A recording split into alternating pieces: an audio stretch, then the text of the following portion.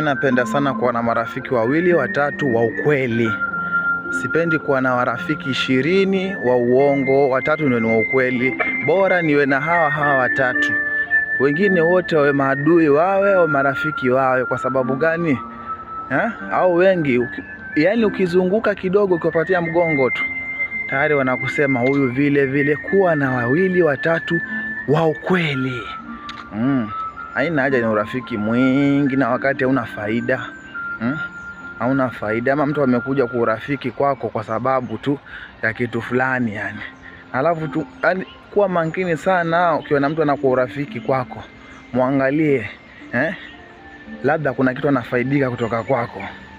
Hiyo nao pia uchunguze. Kwa hivyo usipende sana kuwa na marafiki wenye hawana faida kwako. Wacha wengi wawe maadui bana.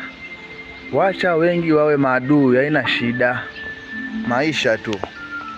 Usiogope kuwapunguza ili upate kuwa na nafuu ya kupumua.